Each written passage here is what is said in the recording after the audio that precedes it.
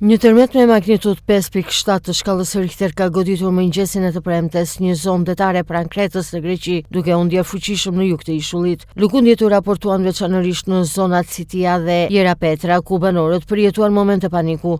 Sipas kryebashkiakut të Sitias, Georgios Servakis, tërmeti ishte i fortë dhe me kozgjatje të konsiderueshme të shkaritje dhe shqetësimin tek qytetarët. Megjithatë, autoritetet lokale bën thirrje për qetësi, duke theksuar se situata po monitorohej nga afër. Deri më tani nuk raportohet për dëme materiale apo të lënduar. Pas tërmetit kryesor janë regjistruar edhe disa lëkundje të tjera me magnitudë 3.5 deri në 3.8 Richter. Sipas ekspertëve, epiqendra ka qenë në jug të rajonit Lasithi me një thellësi të vogël me rreth 5 kilometra, çka shpjegon edhe përhapjen e gjerë të lëkundjeve deri në Kasos dhe Karpathos.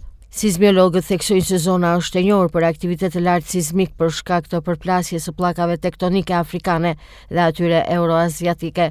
Ekspertët e cilësojnë tërmetin si një fenomen të zakonshëm për rajonin, ndërsa sismologët thonë se nuk pritet një tërmet më i fortë, por paralajmërojnë për pasgoditje në ditët në vijim. Megjithatë, sismiologët këshillojnë qytetarët të shmangin përkohësisht aktivitetet në det për shkak të një rreziku të vogël për valë sismike, si dhe të kontrollojnë ndërtesat e vjetra për dëmtime të mundshme. Ekspertët rikujtojnë se aktiviteti sismik në Kret lidhet me përplasjen e pllakës tektonike afrikane me atë euroaziatike, duke bërë rajonin edhe një nga zonat më aktive sismike në Mesdhe.